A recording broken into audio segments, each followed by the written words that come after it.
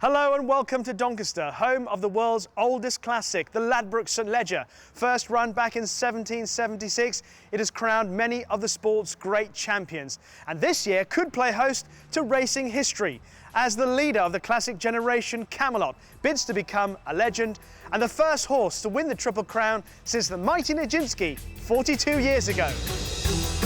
We'll hear from Aidan O'Brien, the man responsible for preparing Camelot for an attempt at racing's Holy Grail. John Gosden has won the last two runnings of the race and marshals his St Leger soldiers to defend his keep. We'll focus on the return to action of Ascot Gold Cup hero Colour Vision in the Stobart Doncaster Cup.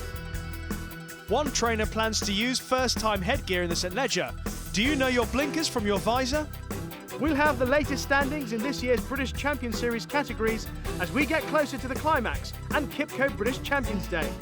But first, Steve Mellish explains why Nijinsky's amazing Triple Crown success remains such a rare feat. Nijinsky cruising up on the outside, as smooth as silk, with a furlong and a half to go. Is Nijinsky's achievements fired my imagination as a child. As speculation grew in 1970 that he would attempt the Triple Crown, I started to read up avidly on what that meant.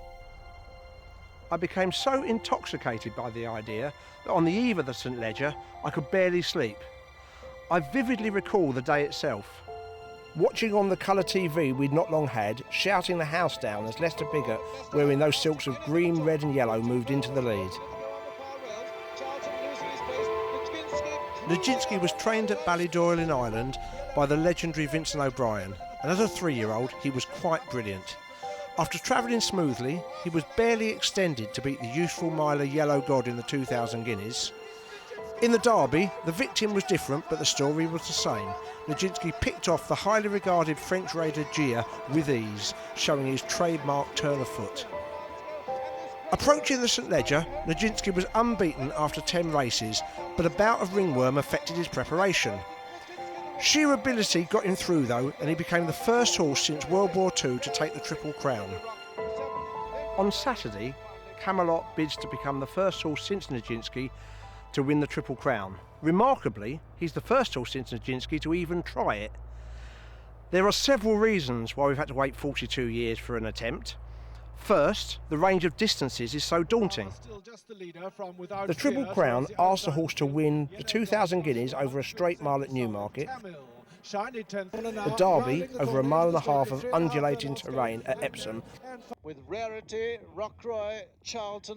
and finally the extended stamina test of the St Leger, run over more than 1 3/4 miles here at Doncaster.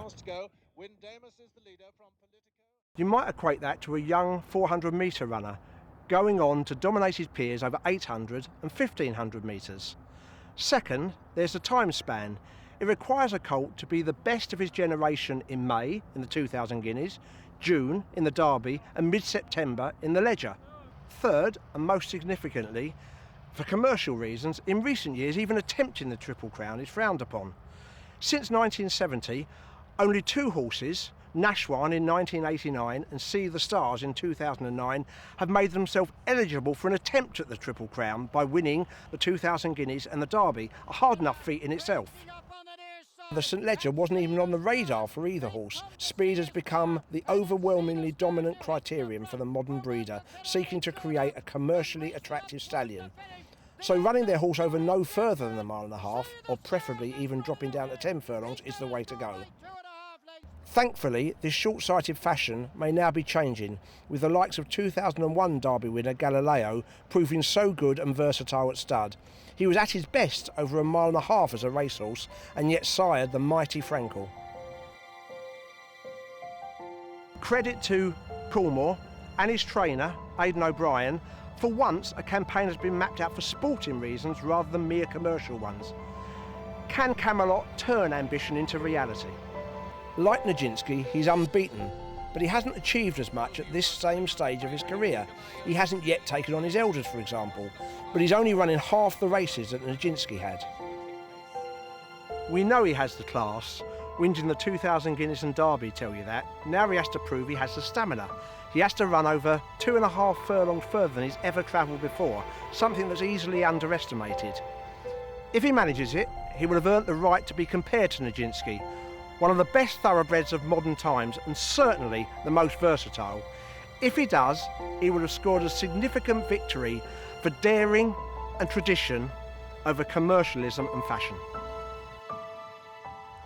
Well, Steve and I have been joined by Lydia on the famous finishing straight here at Doncaster.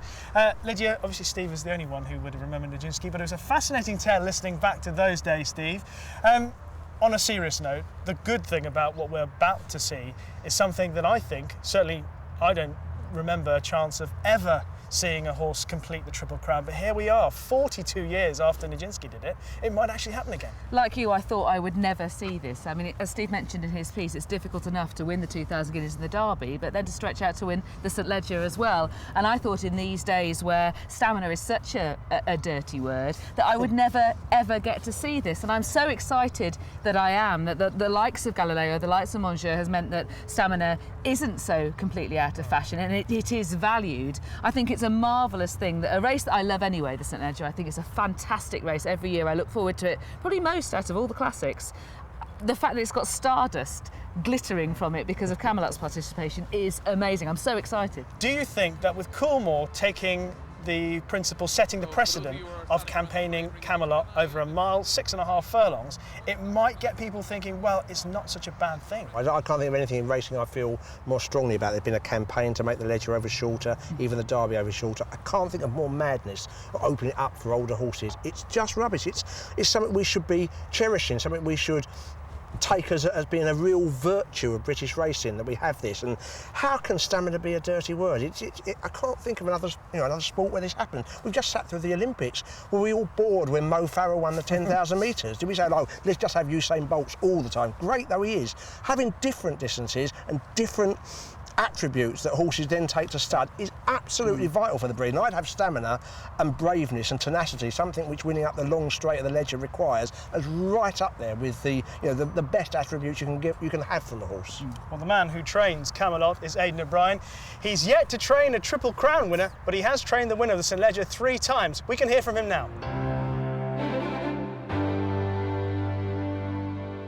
What's been the reasons behind the attempt at the Triple Crown? Yeah, I suppose obviously John and Sue and Derek and Gay and Michael and Dorian always had it in their mind that obviously if a Triple Crown horse came along, but obviously it's very hard to find.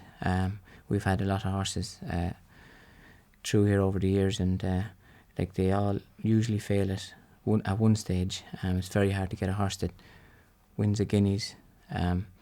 And then you're lucky enough if he stays a mile and a half, and then I suppose that when you go a mile and 6, it's the extreme distance. So obviously we're very lucky that Camelot came along. And when you're preparing Camelot for the Guineas, or when you're preparing Camelot for the Leger, is there any difference in the way you train? I'm speaking as a complete layman. No, I suppose really the season carries on, and obviously as the season goes on, he gets fitter and gets harder. So I suppose you don't change much.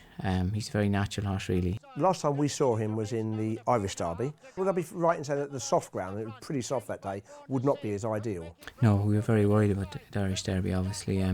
He's obviously by Montjuic, but he's out of a King Mambo, out of a Dane Hill mare, so very strong traits of both of those horses in him. Very worried about the ground. He's a lovely, easy-moving horse, so we were very worried on the day about the ground. You've had a break since. Has that done him some good? Yeah, he's done very well. He's had a break, and he was at Leopardstown 3 weeks ago. So so far everything's so good so far. The $1 million question: are you confident that he'll stay the stiff 1 mile 6.5 as it is in the Leger? He can't be, Steve. Really, obviously he'd be a lot more happy if it was 1.25 miles. But you don't know really. Obviously. A horse to get the Derby distance usually will get Gold Cup trip as an older horse, so it's very difficult when you think of a Guineas winner asking him to do that. So it's a very difficult task, really. 42 years on since the last Triple Crown winner, which was also trained here at Ballydoyle. Have you seen films of Nijinsky's wins? Yeah, absolutely. He obviously was a very classy horse, and an incredible horse, really. Some of the lads would have remembered him, yeah. So. Billy on the gallop would have been here, and sure Tommy is just semi-retired, so Yeah, they'd have all remembered him. My memory was that Nijinsky was a very fast horse. You know, he was a very good 2-year-old and he won the Guineas in good style. And almost that you felt the Ledger might have been his limit in terms of distance. Would Camelot be a slightly more staying type? Yeah, listen, I'm not sure. Obviously, he's by Montjuïc, and we were very aware going to the Guineas. No, Montjuïc never had a mile winner as a 3-year-old, so that was a big worry, obviously. But he's a lot of speed. We saw on the Racing Post Trophy, he's a great traveller and he quickens well. So, obviously, I know what you mean, but he's a very special horse. He's danced every dance, he's passed every test so far.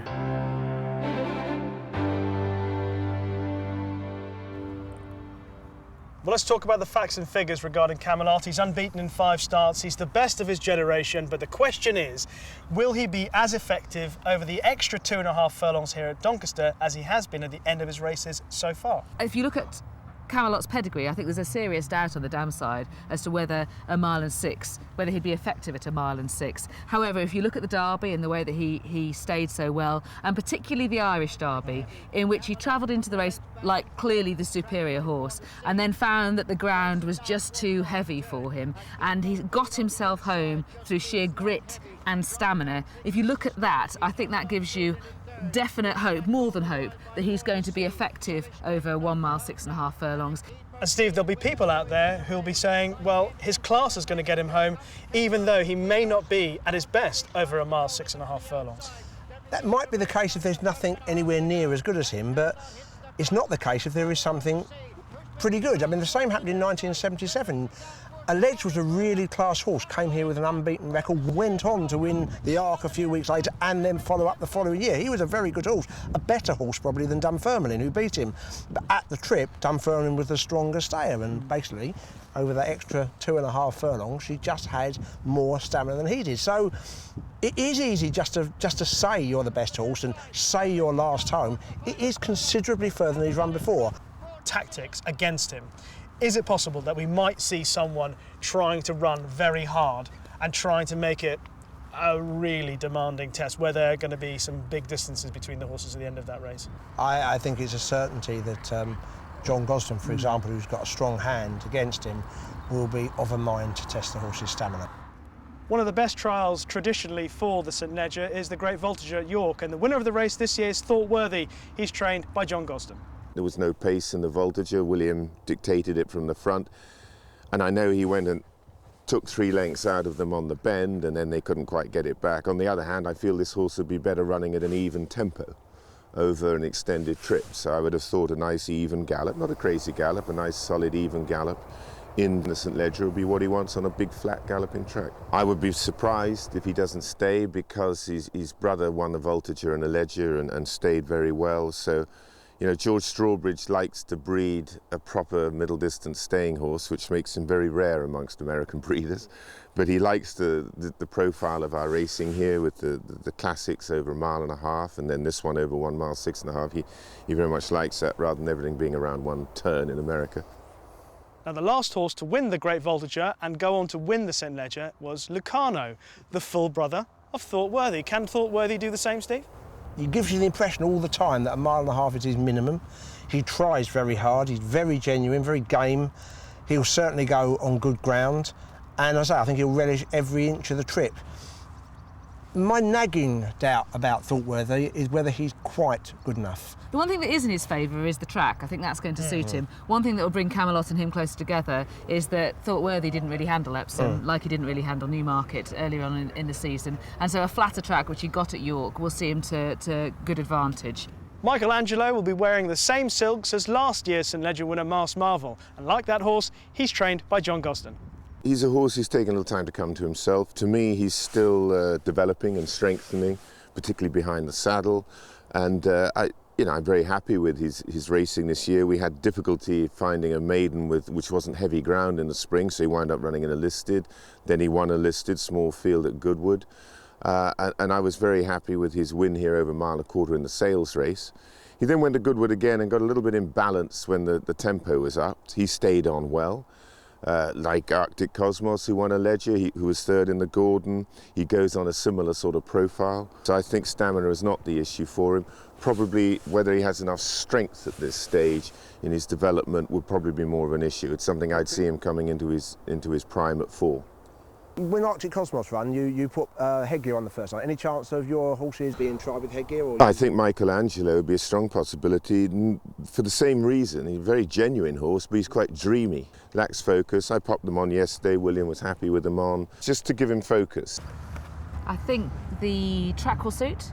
The galloping track. I think the trip will suit. He'll probably put up a career best performance in the St Ledger, and it'll be nowhere near good enough. Well, the horse who got closest to Camelot in the Derby at Epsom was Main Sequence.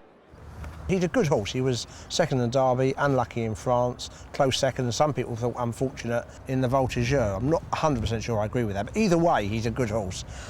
I think he needs to improve for 1 mile, 6 and a bit. Both his run style, breeding, everything doesn't persuade me he's going to do that. Ursa Major has been in outstanding form this year and won a St Ledger trial, albeit an Irish St Ledger trial last time. He's trained by Tommy Carmody. He's a horse that doesn't do anything at home, and he's just progressed from day one, and he's improved and he obviously likes the soft conditions. I don't know what he'd be like on drier ground, because he hasn't had, because of the summer we've had. Is there anything about the way he moves, the way he works that encourages you that he'd be okay on good ground, or do you think he would always prefer a bit of cut? Everything points to the soft ground, but you don't know until you try, so we'll just keep our fingers crossed. Ursa Major put in a really good performance to beat Hattani last time out. He travelled very easily and won with a lot in hand. Yeah, and the first two pulled over 20 lengths clear of the third, so I don't think there's any suggestion Hattani didn't run his race, and he had good form going into it. I'm taking that at face value. He will definitely stay. All his form is either on an artificial surface or on soft ground. He has never encountered a sound surface. I have no idea how he'll handle that. A rapidly improving 3-year-old who won Lydia's favourite race, the Melrose Stakes, last time, is Guarantee. He's trained in Newmarket by William Haggas. I was quoted beforehand as saying it would need a group performance to win it, and I firmly believe that. So I think he showed that he is a group performer in the making on that day. I don't know about the ground, because I've never run. I've always believed he was better with a bit of cut in the ground, but I've never run him on fast ground. I'm not sure about the ground, but as a fluent mover, so I don't know. Frankly, I think the only way we can beat Camelot is by outstaying him. Anyone can beat Camelot by outstaying him. So if John Gosden runs his pacemaker Dartford and they go very fast, then it's obviously going to suit us, and I'm sure you'll get the trip. Now, there isn't anybody in the country who assesses, analyses and takes in, breathes in the Melrose quite as much as Lydia does. How good a winner was Guarantee this year? The Melrose, forget the St Ledger, the Melrose, the Melrose, that's the race. I think it was a very, very good Melrose. The time was good. I think probably 3 of the first 4, maybe all 4, first 4 home, were good horses. This horse stays really well, and I think he's a real strong outsider. He'll be kept away from what we imagine is a strong pace. He did that at York. He'll be held up. He won't get embroiled in any early shenanigans. I think he'll come home really well. We all agree he has to step forward again markedly to win Ledger. Of course he does, but I think he's the most likely outsider in the race. Locarno won the Great Voltigeur and then the St Ledger back in 2007. His full brother, Thoughworthy, has won the Great Voltigeur. Not sure whether he's good enough to beat Camelot, but I'm pretty certain he'll be in the 3. It's not just because I love the Melrose, but I think that Guarantee is massively overpriced in this race, and he's a really good each-way bet. No prizes for originality, but I think Camelot, 42 years on, will follow in the footsteps of Nijinsky.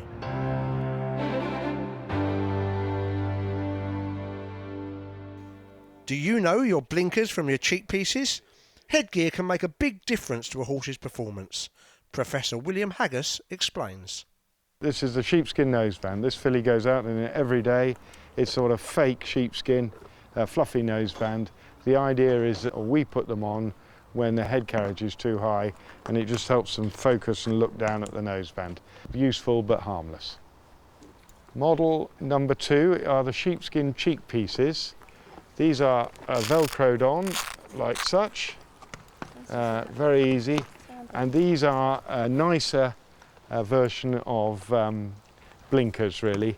They just keep the horse's eyes looking forward, but also give them an opportunity to see quite from the side. Item number 3, the hood. This is the one that's very much in vogue at the moment. Definitely helps a horse, calms a horse, definitely, and I think the results prove that. These are padded in the ear and just velcroed at the back. Affects their eyes in no way, and it definitely keeps them quiet. This is what we call the half cup blinkers, and they're just half cup. They're not full cup that are closed. A full cup will be closed there, and they are used mostly. Blinkers sometimes work to put the fear of God into them. Other times horses don't face them. So every trainer, virtually every trainer, tries them at home at least once and possibly twice. We like to exercise them twice for the whole of their exercise in a pair to get them used to it. And you can usually tell a horse's attitude fairly quickly. If they prick their ears and like it, that's great. If they lay their ears and they're suspicious, that's not so great. These are what we call French blinkers. Where you can buy them in France, can't buy them in England. They have a different flap on the side. It's much wider. And these were, well, I first saw these when Comply or Die won the Grand National. He wore a pair of these, and I rang David Pipe, and he put me in touch with the people that supplied them, and we use them a lot. We find them much kinder. They do the same job, but much kinder. They're not so enclosed, but they are able to, not able to see horses coming from behind, just hear them. This is the visor, which is our half cup blinker with a slit in the side. Some of them are diamond shape, and this is just a normal rectangular shape. Sometimes a horse just needs to see something, but not too much. It's usually a bad sign when you put any headgear on, like blinkers or visors. It's just suspecting that they're either very lazy or they're not giving their all. This is the pacifier, mainly used on the all-weather. Obviously it helps with the kickback, and they're a blinker with no blinker, and obviously a shield over the eye. And I'm sure on the all-weather for a hold-up horse, it's probably quite good to have something like that and stops them stinging. I think used more in America on dirt. So if you've tried the visor, the blinkers, the pacifiers, the hoods, the cheek pieces and the sheepskin noseband, I think it probably needs a new trainer.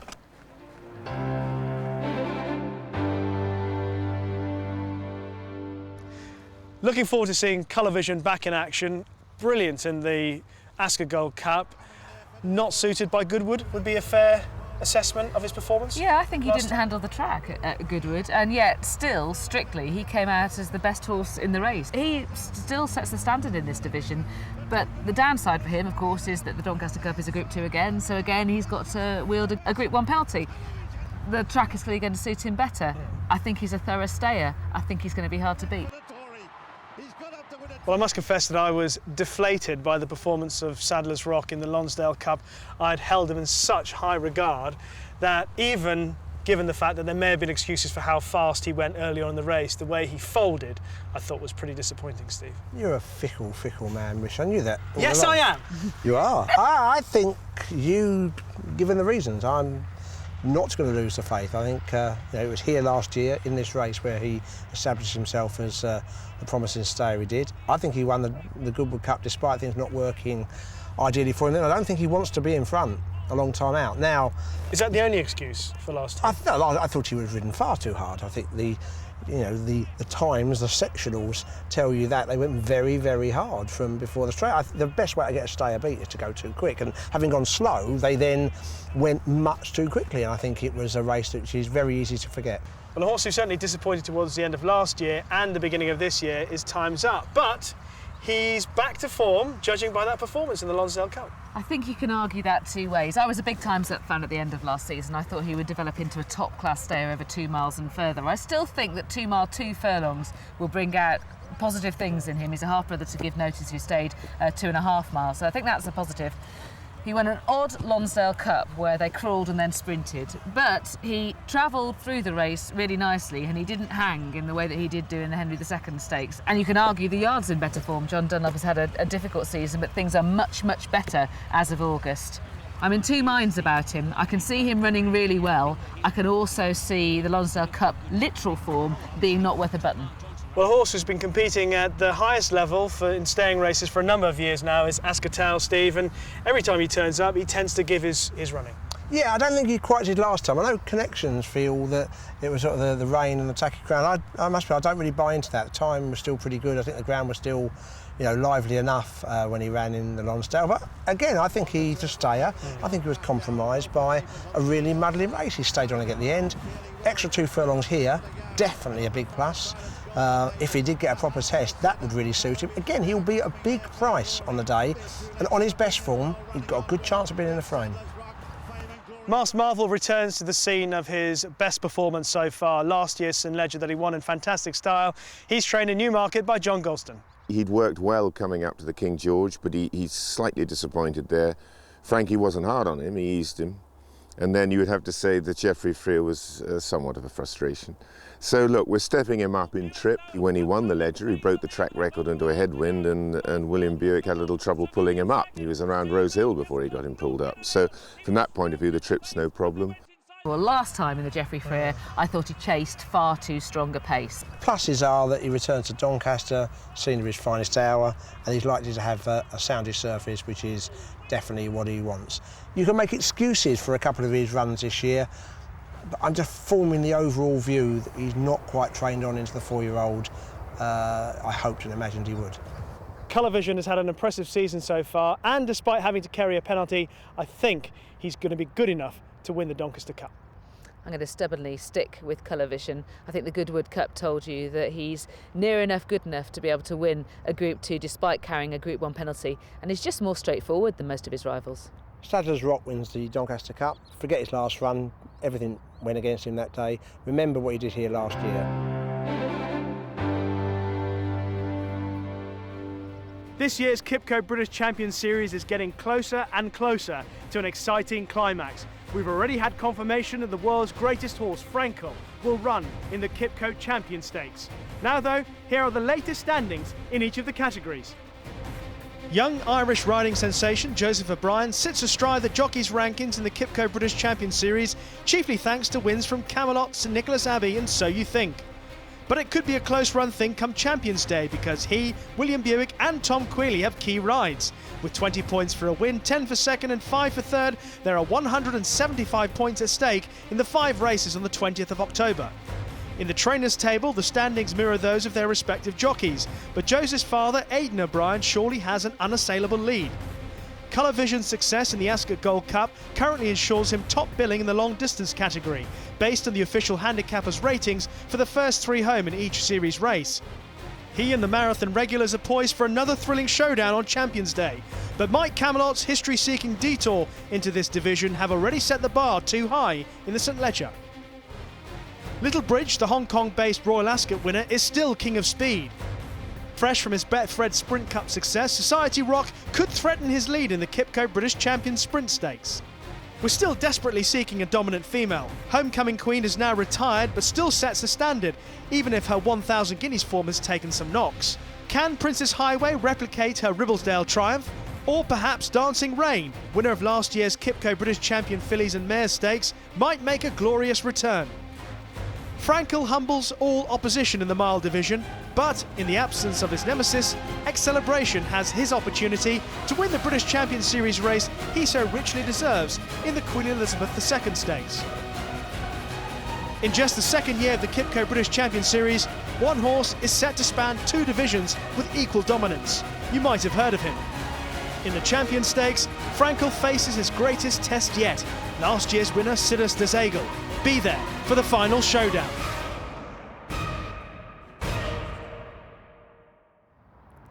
Well, that's it for this episode of Armchair Jockeys. Next time we'll be looking ahead to the season finale, QIPCO British Champions Day, and the last appearance on a racecourse of Frankel. It makes me a little bit sad to say that, but perhaps between now and then, Camelot will put a smile on our face by winning the Triple Crown.